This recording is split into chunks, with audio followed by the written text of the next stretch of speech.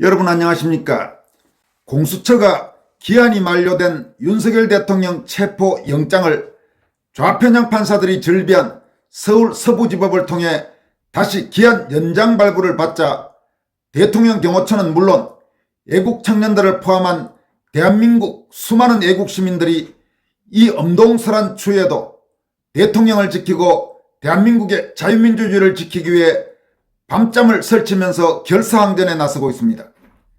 특히 이재한 대표와 차강석 뮤지컬 배우를 중심으로 270여 명의 젊은이들이 자발적으로 참여해 구성한 MG 자유결사대의 활약은 그동안 연령이 꽤 있는 중장년층을 중심으로 전개된 종북 좌파에 대항하는 자유우파 보수우파 세력의 저항운동에 신선한 바람을 불어넣어주고 있습니다.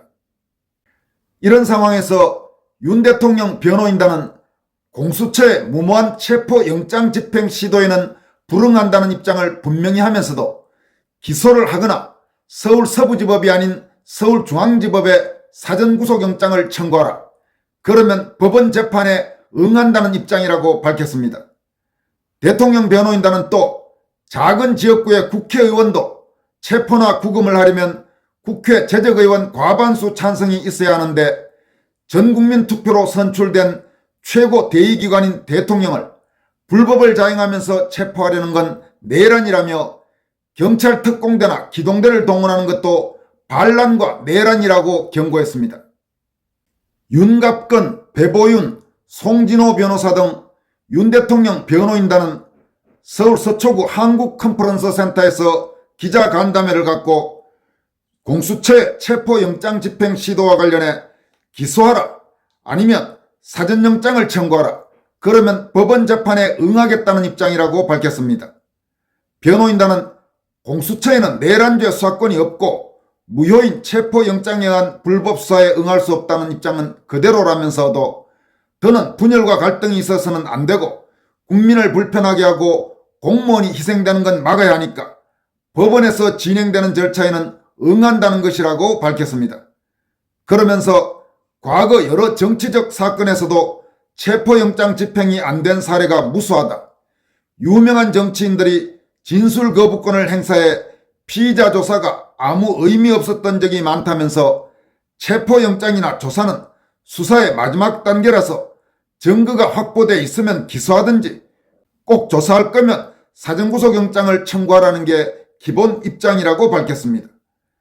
윤 대통령이 구속 전 피의자 신문 즉 영장실질심사에 출석할 것이냐는 기자들의 질문에는 경호 문제 등을 법원과 협의한 뒤 결정할 문제라고 답하면서 분명한 건 공수처의 관할이 없는 서울 서부지법에 청구되면 그 부분은 수용할 수 없다. 공수처의 관할은 서울중앙지법이라고 강조했습니다. 변호인단은 검찰이 아닌 공수처가 구속영장을 청구해 서울중앙지법이 발부하면 응할 것이냐는 물음에는 응할 것이라고 답했습니다. 그러면서 국민들이 강추위에 고생하고 공무원들도 마음의 갈등이 얼마나 심하겠느냐. 그런 부분을 고려해서 한 발 물러선 것으로 선의로 생각해달라고 말했습니다. 다만 공수처가 서부지법에서 발부받은 체포영장 집행에 응하는 것은 나쁜 선례가 될 수 있다며 응할 수 없다고 거듭 강조했습니다. 공수처가 서부지법이 아닌 중앙지법의 체포영장을 다시 청구해 발부받으면 응하겠느냐는 질문에도 지금 체포영장을 발부받은 상태인데 또 체포영장을 청구하는 상황은 생각하지 않는다고 답변했습니다. 변호인단은 작은 지역구 국회의원도 체포 구금하려면 재적의원 과반수 찬성이 있어야 하는데 전국민 투표로 선출된 최고 대의기관인 대통령을 불법을 자행하면서 체포하려는 건 내란이라면서 경찰 특공대나 기동대를 동원하는 것도 반란이자 내란이라고 강조했습니다. 이어서 법 절차 테두리 내에서 진행된다면 거부할 명분이 없지만 적법 절차가 준수되지 않은 것에 대해 이의를 제기한 것이라면서 과거 야당 정치인 거물 중 체포영장에 불응한 사람이 많지만 그때도 이렇게 무자비한 공권력을 쓴 적이 없다고 비판했습니다. 공수처가 9일이나 10일 체포영장 집행을 시도할 경우에 대해서는 그때 정식으로 선임계를 제출하고 법리적으로 대응할 것이라고 말했습니다. 그러면서 불필요한 희생이 생기면 안 된다는 게 대통령 입장으로 우리도 태도 변화가 필요하다고 해서 진행한 것이니 공수처도 전향적으로 다른 방안을 찾기를 촉구한다고 강조했습니다. 변호인단은 또 더불어민주당 일부 의원들이 대통령이 도피했다고 주장한 것과 관련해서는 어젯밤부터 국회에서 대통령이 도피했다는 악의적이고 황당한 괴담을 퍼뜨리는 일이 생겼다. 있을 수 없는 선전선동이라면서 정말 일반인도 할 수 없는 일을 국회의원들이 해서 안타깝고 통탄스럽다고 말했습니다. 그러면서 대통령 동선을 일일이 알 수 없으나 관저에만 계신 걸로 안다고 언급했습니다. 헌법재판소의 탄핵 심판과 관련해서는 내란죄 철회, 기일 지정 문제 등 논란이 어느 정도 정비가 돼서 대통령께서 말씀하실 여건이 됐을 때 갈 수 있다. 반드시 출석하실 것이고 횟수에는 제한을 두고 있지 않다고 말했습니다. 다만 대통령 출석 문제라 경호나 신변 문제가 해결돼야 간다는 건 말할 필요가 없다고 강조했습니다. 이들은 국회 탄핵소추 대리인단의 내란죄 철회 검토를 둘러싼 논란에 대해 탄핵소추에서 내란죄가 차지하는 부분이 80%라고 분석했다면서 식당에서 갈비탕을 시켰는데 갈비가 안 들어가면 갈비탕이냐 아니냐는 것은 너무나 상식적인 얘기라고 강조했습니다. 여러분, 이번에 공수처가 대통령에 대한 체포영장을 소위 판사 쇼핑을 통해서 서울 서부지법에 청구를 했죠. 원래 서울중앙지법에 청구하는 것이 당연한데 자기들 입맛에 맞는 서부지법에 청구를 했습니다.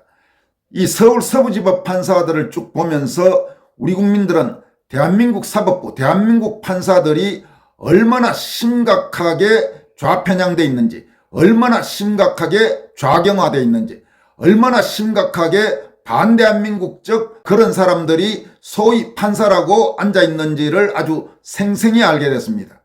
서울 서부지법 판사들 중에서 법원장인 정계선은 이번에 더불어민주당 추천으로 헌법재판관에 임명됐죠. 아주 이 정계선부터가 대표적인 좌익 성향 판사 중에 한 명으로 꼽히고 있습니다. 그 외에도 쭉 서부지법 판사들을 보면 정말로 황당한 판사들이 많습니다. 예를 들어서 서울 서부지법에 마성영이라는 판사가 있습니다. 이번에 서부지법에서 발부한 그 이순영 영장판사가 발부한 체포영장이 여러 가지 문제점이 있어서 대통령 변호인단에서 그에 대해서 이의 신청을 했죠. 서부지법에서 했기 때문에 처음에는 당연히 서부지법에 이의 신청을 하게 됩니다. 그런데 그 이의 신청을 즉각 기각한 판사가 바로 이 마성영 판사입니다. 그런데 이 마성영이란 판사는 어떤 친구냐? 조국 재판 2심 때 워낙 조국의 혐의가 명백하니까 징역 2년을 선고를 하면서도 1심도 아니고 2심인데 구속을 하지 않고 불구속시켜서 조국이가 총선에 출마케 할 수 있도록, 그래서 조국이 국회의원 배지를 달 수 있도록 한 게 바로 이 마성영이라는 판사입니다. 또 이순영 판사는 여러분도 아시다시피 윤석열 대통령 체포영장을 처음에 발부한 영장판사죠.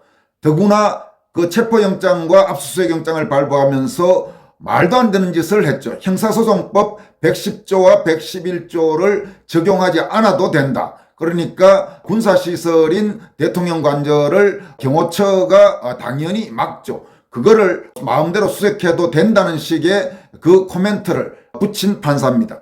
판사가 아니고 이쯤 되면 완전히 국회의원이라고 해야 되겠죠.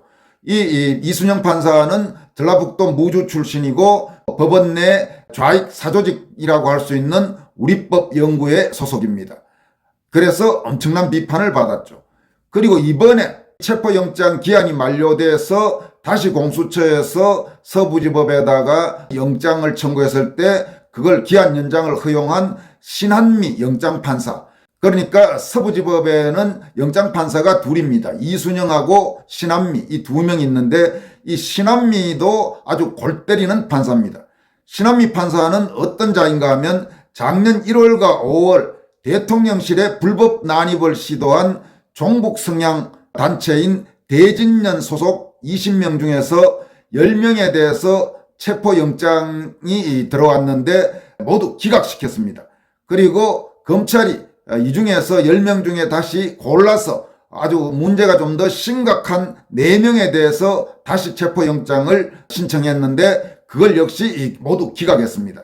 그러니까 대통령실 난입을 시도한 좌익성향 단체 전원에 대한 체포영장을 모두 기각한 것입니다. 그런데 이번 2차 체포영장은 기본적으로 말도 안 되는 영장을 다시 공수처에서 냈는데 그거는 아주 공수처 입맛대로 그대로 발부해줘서 공수처가 지금 다시 대통령을 체포하겠다고 저 난리를 치고 있는 겁니다. 또 서부지법에는 마은혁이라는 부장판사, 좌익판사가 또 있죠. 이 마은혁은 정계선과 함께 더불어민주당에서 헌법재판관 후보로 추천을 했는데 이번에 최상목 대통령 권한 대대행이 3명 중에서 2명만 임명을 하고 이 마은혁까지 임명했다가는 뒷감당이 안 될 것 같으니까 일단 보류를 한 사람입니다. 이 마은혁은 아주 학생 시절부터 극렬 좌익 운동권이었습니다.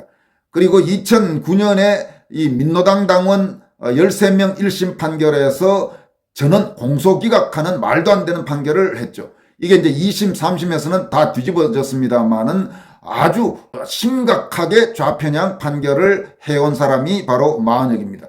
그러니까 지금 서울 서부지법에는 이런 판사들이 즐비한 겁니다. 그러니까 이런 판사들이 있는 법원을 우리 국민들이 어떻게 믿겠습니까? 가령 영장판사가 서울 서부지법에 2명이 있는데 그 2명이 이순영 그리고 신한미입니다.